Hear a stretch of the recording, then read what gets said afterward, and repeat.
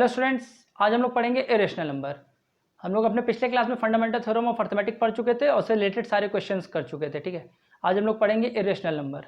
Class 9th में वैसे तो हम लोग इरेशनल नंबर एक बार पढ़ चुके हैं और उसकी प्रॉपर्टीज़ को भी हम लोग जानते हैं और इरेशनल नंबर को नंबर लाइन पे कैसे रिप्रेजेंट किया था ये भी हम लोग जानते हैं। आज हम लोग इसके आगे पढ़ेंगे। क्लास 10 में हम लोगों को ये नहीं पढ़ना है, क्लास 10 में हम लोगों को इसके आगे पढ़ना है। हम लोगों को जानना है कि हम लोग इरेशनल नंबर को प्रूव कैसे करते हैं। उसके पहले एक बार और इरेशनल नंबर को रिकॉल कर लिया जाए। क्या कहता है इरेशनल नंबर? इरेशनल नंबर कहता है ना, कोई भी नंबर अगर P अपॉन Q के फॉर्म में ना लिखा पाए, ऐसा कोई नंबर जो P अपॉन Q के फॉर्म में ना लिखा पाए वही तो होता है इरेशनल नंबर। ठीक, जहाँ पे P और Q इंटीजर्स होते हैं और Q की वैल्यू 0 नहीं होती है, यही तो है इरेशनल नंबर। और हम लोग ये भी जानते हैं इरेशनल नंबर √2 इरेशनल नंबर है, √3 भी इरेशनल है, √5 इरेशनल है, पाई भी इरेशनल है। इरेशनल नंबर के एग्जांपल्स हैं या कुछ ऐसे एग्जांपल्स हम लोग पढ़े होंगे 1.03, 003, 0003 एंड सो ऑन। ये सब इरेशनल नंबर के एग्जांपल्स हैं। हम लोगों को क्लास 10 में पढ़ना है कि इरेशनल नंबर को प्रूव कैसे किया जाता है, या ऐसे कोई क्वेश्चन आएगा prove √2 is a irrational number या prove √3 is a irrational number. Board के क्वेश्चंस के पॉइंट ऑफ व्यू से बहुत इंपॉर्टेंट है, हर साल आ जाता है बोर्ड में ये क्वेश्चंस आ जाते हैं। Prove that √3 is a irrational number, prove √2, prove √5 is an irrational number. ठीक है, हम लोग देखेंगे इन लोगों को मतलब इन सारे √2, √3, √5 को हम लोग प्रूव करेंगे इरेशनल नंबर। उसके पहले हम लोग एक थ्योरम देख लेते हैं, चलिए देखा जाए। तो आपका थ्योरम 1.3 कह रहा है let P be a prime number if P divides A square then P divides A where A is a positive integer. तो क्या कह रहा है कि मान लेते हैं कि let P be a prime number, मान लेते हैं कि P कोई एक प्राइम नंबर है। अगर P A स्क्वायर को डिवाइड कर देगा तो हम लोगों को प्रूव करना है कि P A को भी डिवाइड कर देगा, जो जहां पे A है कोई एक पॉजिटिव इंटीजर। तो चलिए देखते हैं इसको। अब क्योंकि A कोई एक पॉजिटिव इंटीजर है और जो प्राइम नंबर P है वो A स्क्वायर को डिवाइड कर रहा है, तो जाहिर सी बात है कि A कोई एक ऐसा पॉजिटिव इंटीजर होगा जो 1 से बड़ा होगा, जो कि ग्रेटर देन 1 होगा। ठीक, अब हम लोग फंडामेंटल थ्योरम ऑफ अर्थमेटिक इसके ऊपर अप्लाई करते हैं। फंडामेंटल थ्योरम ऑफ अर्थमेटिक क्या कहता है कि किसी भी नंबर को हम लोग प्राइम नंबर के प्रोडक्ट के रूप में लिख सकते हैं। ठीक है, तो A को हम लोग लिख सकते हैं प्राइम नंबर के प्रोडक्ट के रूप में। हमने लिख लिया P1 into P2 into P3 into P4 into so on Pn तक लिखा, जहाँ पे ये P1, P2, P3, Pn ये सब वेरियस प्राइम नंबर्स हैं। ए को हम लोग पढ़े थे फंडामेंटल थ्योरम ऑफ अर्थमेटिक में कि किसी भी नंबर को हम लोग प्रोडक्ट ऑफ प्राइम नंबर्स के रूप में लिख सकते हैं। तो यहाँ पे हमने ए को लिखा है P1 इंटू P2 ऐसे ऐसे करते हुए Pn तक। ठीक है, जहाँ पे P1, P2, Pn ये सब क्या है, कोई प्राइम नंबर है। ठीक, अब करिए क्या, अगर हम लोग इस ए को स्क्वायर कर दे तो क्या बन जाएगा A स्क्वायर, और ए किसके बराबर हमने लिखा है P1 into P2 into P1, तो ये सबों का भी स्क्वायर हो जाएगा। ये बन जाएगा P1 square into P2 square, ऐसे करते करते इंटू Pn स्क्वायर तक आ जाएगा। ठीक, चलिए अब आगे बढ़ते हैं। अब क्योंकि यहाँ पे हम लोगों को पता है कि P जो है वो A स्क्वायर को डिवाइड कर रहा है, P A स्क्वायर को डिवाइड कर रहा है, दिया हुआ है, तो जाहिर सी बात है कि अगर P A स्क्वायर को डिवाइड कर रहा है तो P तो इसको भी तो डिवाइड करेगा, क्योंकि A square P1 square into P2 square into Pn square के बराबर है। अगर P A स्क्वायर को डिवाइड कर रहा है तो P इसको भी डिवाइड करेगा, तो हमने लिख दिया P divides P1 square into P2 square, ऐसे करते करते Pn स्क्वायर तक। ठीक, और लेकिन हम लोग फंडामेंटल थ्योरम ऑफ अर्थमेटिक्स से ये भी जानते हैं कि composite number A square can be express as the product of positive integral power of prime number and factorization is unique. कि ये जो कंपोजिट नंबर है, ये जो हम लोगों का कंपोजिट नंबर है A स्क्वायर, इसको हम लोग शो कर सकते हैं प्रोडक्ट ऑफ प्राइम नंबर्स के रूप में, और इनका फैक्टराइजेशन यूनिक होगा। मतलब P जो है वो P1 square into P2 square into Pn square को डिवाइड कर रहा है, तो जाहिर सी बात है कि P इन्हीं में से कोई एक नंबर होगा। ये जो P है, अगर ये P1 square P2 square Pn square को डिवाइड कर रहा है तो जाहिर सी बात है कि P इन्हीं में से कोई एक नंबर होगा, तभी तो उसको डिवाइड कर दे रहा है ना। अगर P इन्हीं में से कोई होगा, P इन्हीं में से P1 इंटू P2 Pn में से कोई होगा, तो जाहिर सी बात है कि P जो है वो इन्हीं का फैक्टर है, और P1 into P2 into Pn का फैक्टर है, तो P A का भी फैक्टर हुआ, क्योंकि A P1 into P2 into Pn के बराबर था, और P अगर A का फैक्टर होगा तो P हम लोग कह सकते हैं कि P जो है वो A को डिवाइड कर दे रहा है, और यही हम लोगों को प्रूफ करना था कि P A को डिवाइड कर दे रहा है। इसका एग्जाम्पल एक देखिए जरा मान लेते हैं, यहाँ पे देख लेते हैं। मान लेते हैं कोई है नंबर 81। ठीक है, अब हम लोग इसको प्रोडक्ट ऑफ प्राइम्स के रूप में लिखेंगे, तो लिख देंगे 3 इंटू 3 इंटू 3 इंटू 3। ठीक, लिख दिया 3 इंटू 3 इंटू 3 इंटू 3। अब मान लीजिए कोई एक नंबर है 9, इसका अगर लिखेंगे तो आएगा 3 इंटू 3। तो देखिए अब इसको ये हमने जो एग्जांपल लिया है इसको इस कंडीशन पे रखिए जहां पे 81 जो है वो है हम लोगों का ए स्क्वायर, ठीक।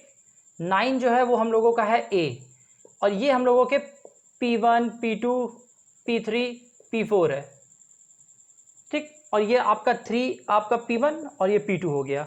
तो देखिए यही 3, ये जो यहाँ पे 3 है ये इस 81 को भी डिवाइड कर रहा है और यही 3 यहाँ इस 9 को भी डिवाइड कर रहा है ना। अब समझ में आया ये थ्योरम एक एग्जांपल के जैसे समझाया। चलिए अब अगला एग्जांपल हम लोग देखेंगे। अगला एग्जांपल क्या कह रहा है, अगला थ्योरम है कि प्रूव दैट √2 इज इरेशनल। अब हम लोगों को √2 इरेशनल प्रूव करना है। चलिए देखा जाए कैसे होता है, चलिए देखते हैं। थ्योरम है इसको हम लोग प्रूव करते हैं।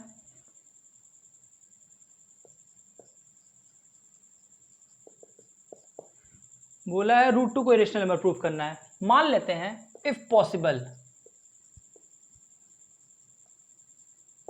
Late √2 is an rational number.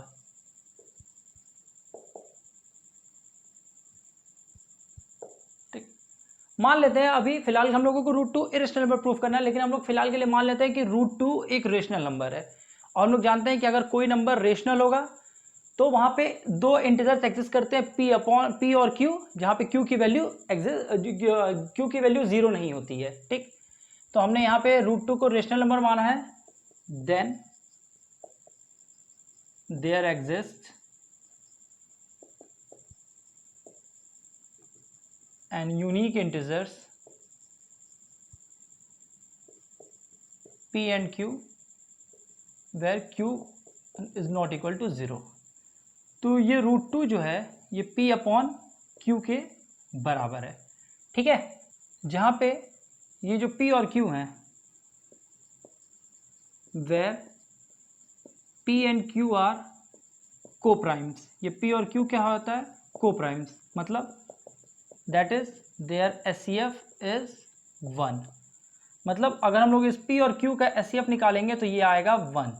कितना आएगा, 1, ठीक है। अब हम लोग क्या करते हैं, ये इक्वेशन 1 है, दोनों साइड स्क्वायरिंग कर देते हैं। Squaring on both sides of equation 1। तो क्या हो जाएगा, ये हो जाएगा 2 is equal to P² / Q²।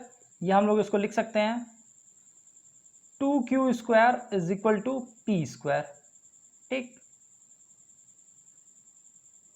क्या लिख सकते हैं, 2Q² is equal to P², और इसको हम लोग मान लेते हैं इक्वेशन 2। यहाँ पे इसको देखिए ध्यान से, ये लिखा है ना 2Q² जो है वो P² के बराबर है। अभी हम जो लिखेंगे उसको समझिए। हम यहाँ पे लिख रहे हैं 2 divides P², then 2 divides P। इसको जरा समझिए ये क्या लिखा है हमने। 2 जो है वो P² को डिवाइड कर रहा है। कैसे कर रहा है, P² किसके बराबर है, 2Q के बराबर, 2Q² के बराबर है। ये जो P² है, ये जो P² है ये 2Q² के बराबर है। और ये 2Q² है, यहाँ पे इसका यहाँ पे 2 लिखा हुआ है। अगर हम 2Q² को 2 से डिवाइड करें तो डिवाइड हो जाएगा ना, तो और 2Q² P² के बराबर है, तो हम यहाँ पे लिख दिए 2 डिवाइड्स P², ठीक। 2 जो है वो P² को डिवाइड कर रहा है, यहाँ पे हम ब्रैकेट में लिख दे रहे हैं सिंस 2 डिवाइड्स 2Q², ठीक। 2 जो है वो P² को डिवाइड कर दे रहा है। फिर हमने लिखा है 2 जो है वो P को डिवाइड करेगा। यहाँ पे हम लिख दे रहे हैं सिंस बाय थ्योरम 1.3। अभी इसके पहले थ्योरम में हम लोगों ने देखा था कि अगर P जो है वो A² को डिवाइड कर दे रहा है तो P जो है वो A को भी डिवाइड कर देगा। तो वही सेम टू सेम थ्योरम यहाँ पे लगाएंगे कि अगर 2 जो है वो P² को डिवाइड कर दे रहा है तो 2 जो है वो P को भी डिवाइड कर देगा। अब क्या करते हैं, मान लेते हैं let P is equal to 2K। P को मान लिए 2K, दोनों साइड करते हैं स्क्वायरिंग, ये बन जाएगा P² is equal to 4K²। P square 4k² के इक्वल हो जाएगा, और हम पी स्क्वायर यहाँ पे कितना है 2q² के बराबर है, तो क्या हम लोग लिख सकते हैं पी स्क्वायर को लिख सकते हैं क्या 2q² is equal to 4k² के बराबर। अब चलिए इसको जरा अगर सॉल्व कर देंगे तो ये आपका बन जाएगा q² is equal to 2k²। ठीक, इसको मान लेते हैं equation 3। q² is equal to 2k², इसको मान लेते हैं इक्वेशन 3, बाकी यहां कर दे रहे हैं। देखिएगा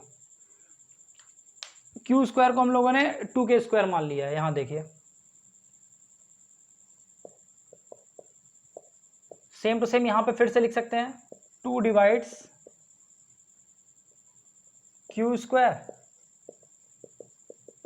2 डिवाइड्स q, सेम चीज जैसे वहां पे लिखे थे 2 divides p², 2 divides p, same चीज यहाँ पे 2 डिवाइड्स q²। 2 जो है वो q² को डिवाइड कर देगा, q² को क्यों डिवाइड कर देगा, क्योंकि q² जो है वो 2k² के बराबर है, 2k² को 2 डिवाइड कर देगा, उससे q² को भी डिवाइड कर देगा। और थ्योरम 1.3 से अगर 2q² को डिवाइड कर दे रहा है तो 2 जो है वो q को भी डिवाइड कर दे रहा है। ठीक, तो अब जरा देखिए यहाँ पे हम लोग देख रहे हैं कि 2 q को भी डिवाइड कर रहा है, और यहाँ पे हम लोग देख रहे हैं 2 जो है वो p को भी डिवाइड कर रहा है। लेकिन हम लोग जब यहाँ पे क्या, हम लोग जब √2 को रेशनल नंबर माने थे तो हम लोग क्या देखे थे कि p और q दोनों को प्राइम्स है, मतलब p और q दोनों का SCF है 1। ठीक है, p और q को प्राइम्स है, मतलब इनका कोई और भी फैक्टर नहीं होगा 1 के अलावा। लेकिन हम लोग यहाँ पे देख रहे हैं कि नहीं, ऐसा नहीं है, p का एक फैक्टर 2 भी है और q का भी एक फैक्टर 2 भी है। इसका मतलब p और q का 1 के अलावा भी एक फैक्टर है। मतलब हम लोग का जो यहाँ पे सपोजिशन था वो रॉन्ग था, कि हम लोग जो √2 को रेशनल मान के चले थे वो रॉन्ग है। अगर √2 रेशनल नहीं है तो जाहिर सी बात है कि √2 क्या हो जाएगा अब, इर्रेशनल नंबर। ठीक, तो इसको लिख भी देंगे हम लोग, लिखेंगे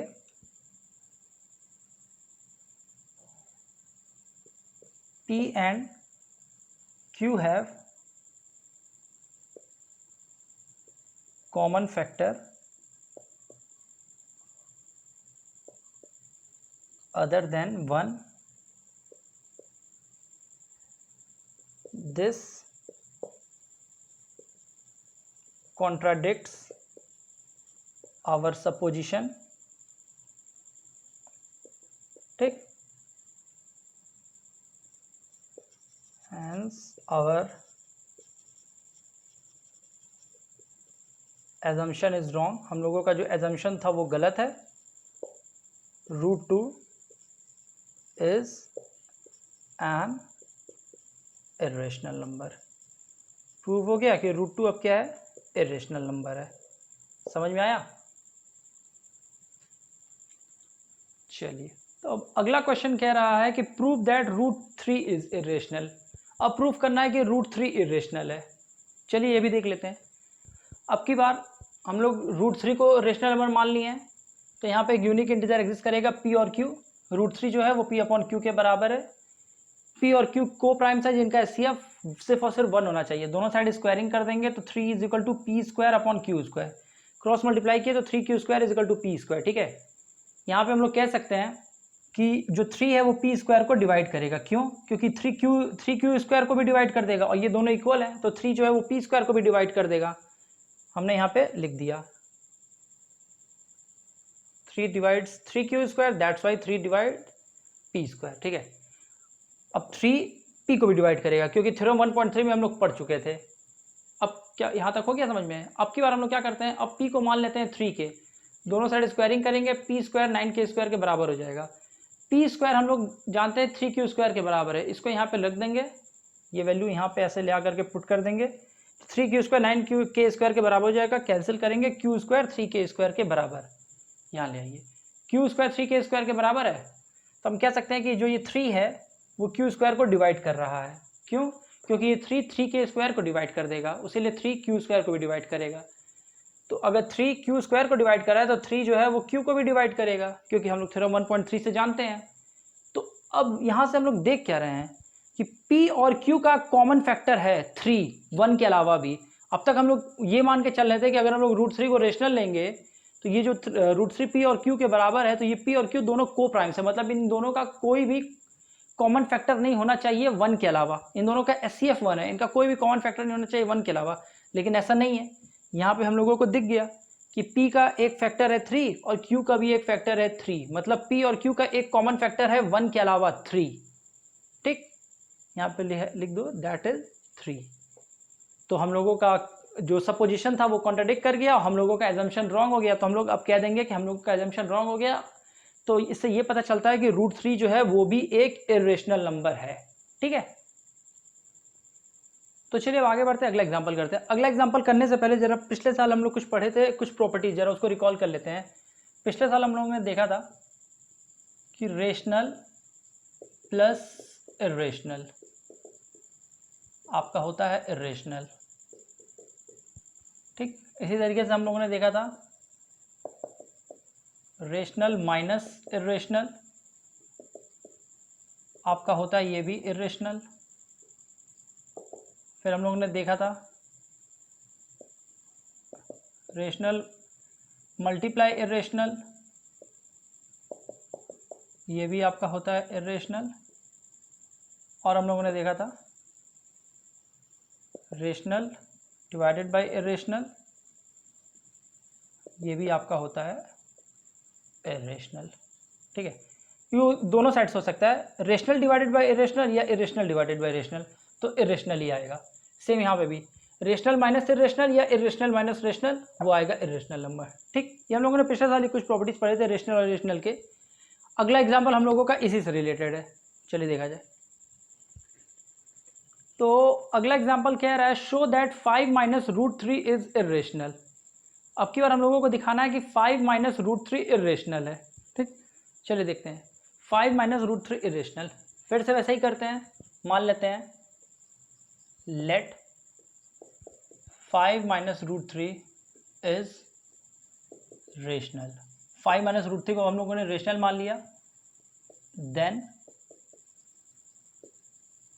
there exists a positive integers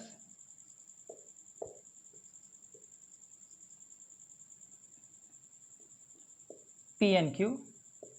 यहाँ पे Q की वैल्यू 0 नहीं होनी चाहिए। ठीक है, तो यहाँ पे पॉजिटिव इंटीजर्स एग्जिस्ट कर रहे हैं P और Q, जहाँ पे Q की वैल्यू 0 नहीं होनी चाहिए। ठीक, तो 5 minus √3 is equal to P upon Q। ठीक, अब इसको चेंज कर लेते हैं, left hand side right hand side में चेंज कर लेते हैं। तो ये आपका बन जाएगा √3 is equal to 5 minus P upon Q। ठीक है, अब इसको एलसीएम लेकर के अगर सॉल्व कर लेंगे तो ये आपका क्या बन जाएगा Q 5Q माइनस P। यहाँ तक समझ में आया? अब आगे देखिए, हम लोग जानते हैं कि P और Q दोनों क्या हैं, दोनों P और Q इंटीजर्स हैं। अगर P और Q इंटीजर्स हैं तो 5Q माइनस P और ये Q, ये दोनों भी इंटीजर्स होंगे। ठीक है, तो अगर हम लोग देखें तो हम लोग यहाँ पे लिख सकते हैं राइट हैंड साइड वाला जो पोर्शन है is an rational number. Right hand side वाला जो पोर्शन है वो है रेशनल नंबर, बट जो लेफ्ट हैंड साइड वाला पोर्शन है वो आपका क्या है, इरेशनल नंबर है, क्योंकि √3 हम लोग जानते हैं क्या होता है, इरेशनल नंबर होता है। ठीक, राइट हैंड साइड वाला पोर्शन आपका रेशनल है, लेकिन लेफ्ट हैंड साइड वाला पोर्शन इरेशनल है। तो क्या इरेशनल नंबर रेशनल नंबर के बराबर होते हैं? नहीं ना। तो फिर से वही, दिस कॉन्ट्राडिक्ट्स आवर फैक्ट।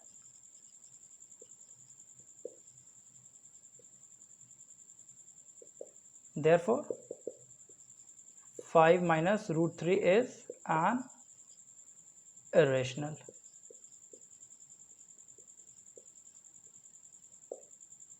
ठीक, अगला एग्जांपल देखिए। अगला एग्जांपल कह रहा है show that 3√2 is a irrational number. Show that 3√2 is irrational. तो चलिए फिर से ऐसे ही करते हैं, मान लेते हैं लेट 3√2 इज रेशनल। 3√2 को रेशनल मान लिया। अगर 3√2 को रेशनल मान लिया तो फिर से वही बात है, then there exist positive integers P and Q, ठीक। 3√2 जो है वो P अपॉन Q के बराबर होगा। √2 is equal to P upon 3Q, ठीक। अब देखिए P भी इंटीजर है, Q भी इंटीजर है। अगर P और Q इंटीजर है तो 3Q भी इंटीजर होगा, मतलब ये पूरा पोर्शन इंटीजर है। तो और हम लोग जानते हैं कि रेशनल नंबर में न्यूमरेटर और डिनोमिनेटर दोनों इंटीजर्स होता है, ये दोनों इंटीजर है। तो हम लोग फिर से लिखेंगे कि जो राइट हैंड वाला पोर्शन है वो तो आपका है रेशनल नंबर, लेकिन जो लेफ्ट हैंड साइड वाला पोर्शन है वो है आपका √2 और वो है आपका irrational number. This contradicts our fact.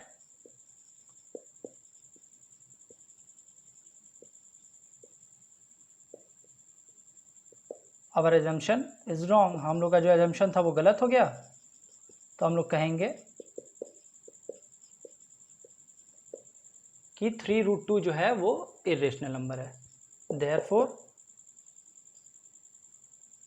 3√2 is irrational. ठीक है, समझ में आ गया। चलिए अब हम लोग एक्सरसाइज के क्वेश्चंस करेंगे। एक्सरसाइज में 3 क्वेश्चन दिया हुआ है। पहला क्वेश्चन है प्रूव दैट √5 इज इरेशनल। इसके पहले हम लोग √2 और √3 दोनों को इरेशनल नंबर प्रूव कर चुके हैं। अब की बार हम लोगों को √5 को इरेशनल नंबर प्रूव करना है।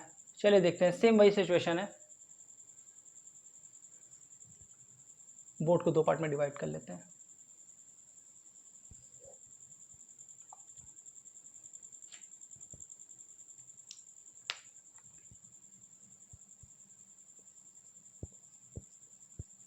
If possible let √5 is rational.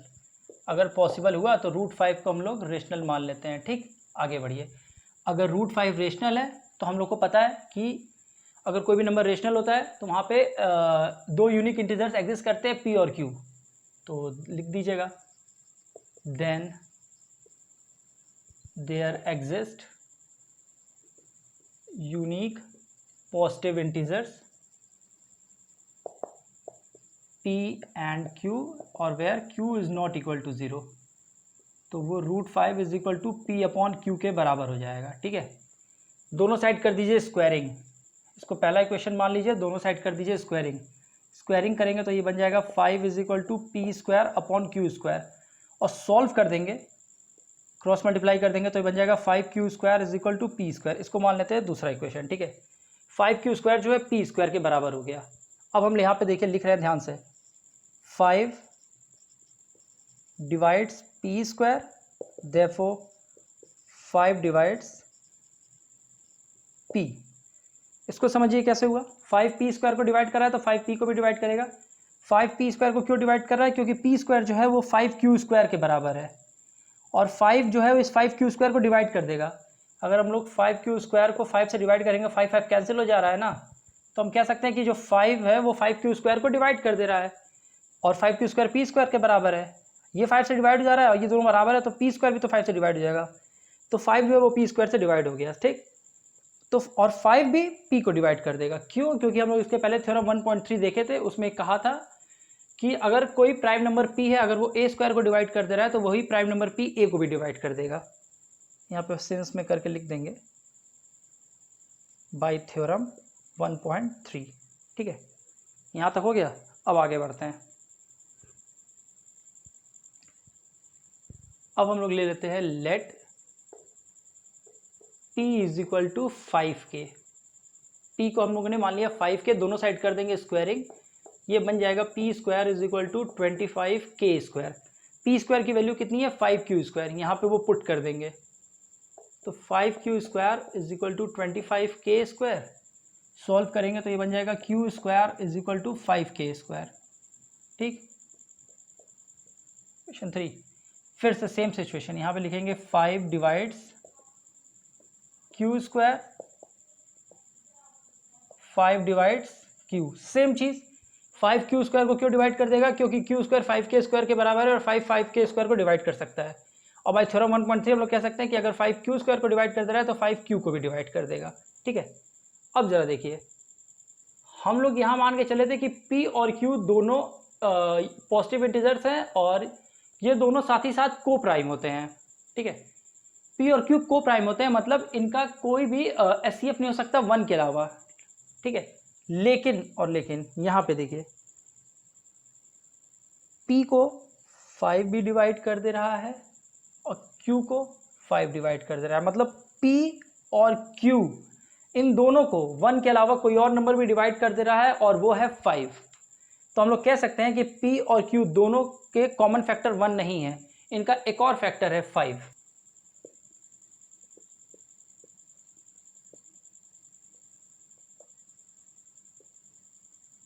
This contradicts our fact that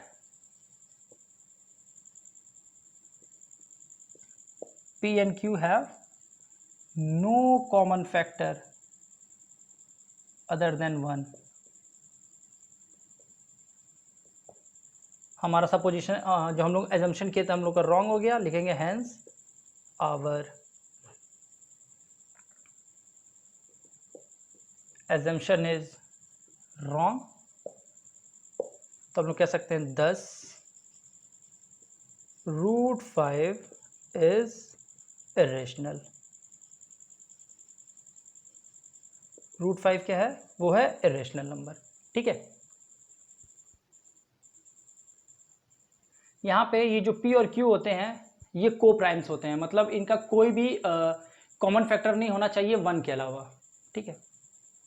पहला एग्जांपल हो गया। अब अगला करते हैं। अगला कह रहा है प्रूव दैट 3 + 2 √5 इज इरेशनल। 3 + 2 √5, 3 + 2 √5 को इरेशनल प्रूफ करना है। मान लेते हैं लेट 3 + 2 √5 इज रेशनल। वही काम, अब की बार इन लोगों को फिर से रेशनल मान लिया। अगर ये रेशनल है तो यहाँ पे पॉजिटिव इंटीजर्स एग्जिस्ट करेंगे P और Q, तो मतलब 3 + 2 √5 जो है वो P/Q के बराबर हो जाएगा। इसको सॉल्व करेंगे तो ये बन जाएगा 2 √5 = P/Q - 3, मतलब 2 √5 = Q - 3Q। और इसको यहाँ भेज देंगे तो ये बन जाएगा √5 = P - 3Q/2Q, ठीक। यहाँ तक समझ में आया? अब देखिए ये जो P और ये Q होते हैं, P और Q ये दोनों क्या होते हैं? Are integers. ये इंटीजर्स होते हैं और Q की वैल्यू 0 नहीं होती है। अगर P और Q इंटीजर्स हैं तो P - 3Q भी इंटीजर्स होगा और 2Q भी इंटीजर्स होगा, मतलब कि ये पूरा है तो इंटीजर अपॉन इंटीजर ये रेशनल नंबर हो गया। तो हम लोग कह सकते हैं कि राइट हैंड साइड वाला पोर्शन जो है वो रेशनल है, लेकिन जो लेफ्ट हैंड साइड वाला पोर्शन है जो कि है √5 ये आपका इरेशनल है। तो रेशनल और ये लेफ्ट हैंड साइड वाला इरेशनल है, राइट हैंड साइड वाला इरेशनल है, दोनों एक दूसरे के इक्वल नहीं है। तो इसके बाद हम लोग क्या लिखेंगे? तो हम लोगों का जो सपोजिशन था वो रॉन्ग हो गया, हम लोगों का एजम्पशन रॉन्ग हो गया। आवर एजम्पशन इज रॉन्ग, हम लोगों का एजम्पशन रॉन्ग हो गया। 10 3 + 2 √5 इज इरेशनल, ठीक। चलिए अगला क्वेश्चन करते हैं। अगला क्वेश्चन है prove that the following are irrationals. 3 part है, 1/√2, 7 √5 और 6 + √2। आसान है, चलिए बारी बारी से सारा देख लेते हैं। तो थर्ड वाले का पहला पार्ट देखते हैं, 1/√2। मान लेते हैं फिर से भाई लेट 1/√2 इज रेशनल। अगर 1/√2 को रेशनल मान लिए,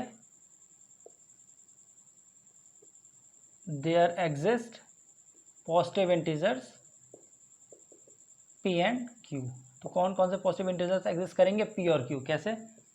1/√2 = P/Q, जहाँ पे Q की वैल्यू 0 नहीं होनी चाहिए। अगर इसको सही करें तो ये बन जाएगा √2 = Q/P।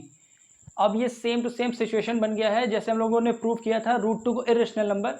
अब ये सेम सिचुएशन वैसा ही बन गया है, √2 Q/P के बराबर हो गया। दोनों साइड कर देंगे स्क्वायरिंग तो ये बन जाएगा 2 = Q² P², ठीक है। इसको अगर सही से लिखेंगे तो ये बन जाएगा 2P² = Q²। तो हम लोग यहाँ पे लिख सकते हैं कि 2 डिवाइड्स क्यू स्क्वायर, तो 2 डिवाइड्स क्यू। 2 जो है वो क्यू स्क्वायर को डिवाइड कर देगा क्योंकि वो इसके बराबर है, और 2 क्यू को भी डिवाइड कर देगा क्योंकि थ्योरम 1.3 कहता है। आगे बढ़िए,